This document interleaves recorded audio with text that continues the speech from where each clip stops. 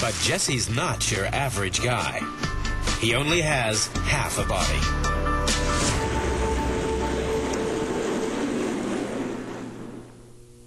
I was born with lumbosacral agenesis.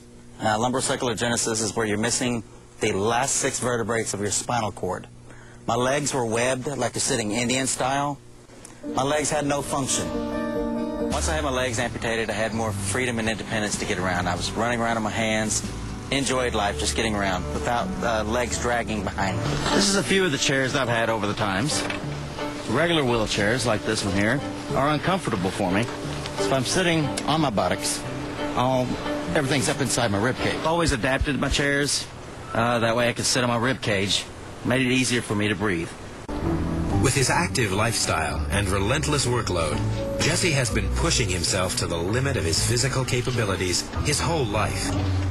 But as a consequence, his arms are now starting to pay the price. For 30 years, I've used my arms as legs. I've been getting around, just like a normal person, but I'm using my arms for both limbs.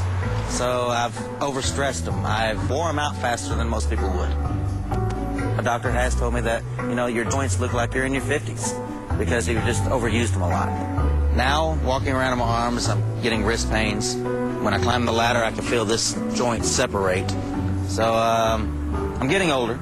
Jesse has spent a lifetime adapting to using his arms as legs. But if these wear out from overuse, the sad truth is that he will simply be unable to function. If he falls and breaks his arm, it would affect his daily life. He wouldn't be able to get up and go to the restroom. He wouldn't be able to fix himself a drink. He wouldn't be able to hold his child. Everything in his life depends on his arms. He still pushes himself to do the things that he wants to do, but I see it getting a little harder for him, even though he doesn't want to admit it to himself. But from the outside looking in, I can tell that pains are a little more because he is getting older. All right today? People might ask, well, why can't you put a total elbow replacement to recreate a joint?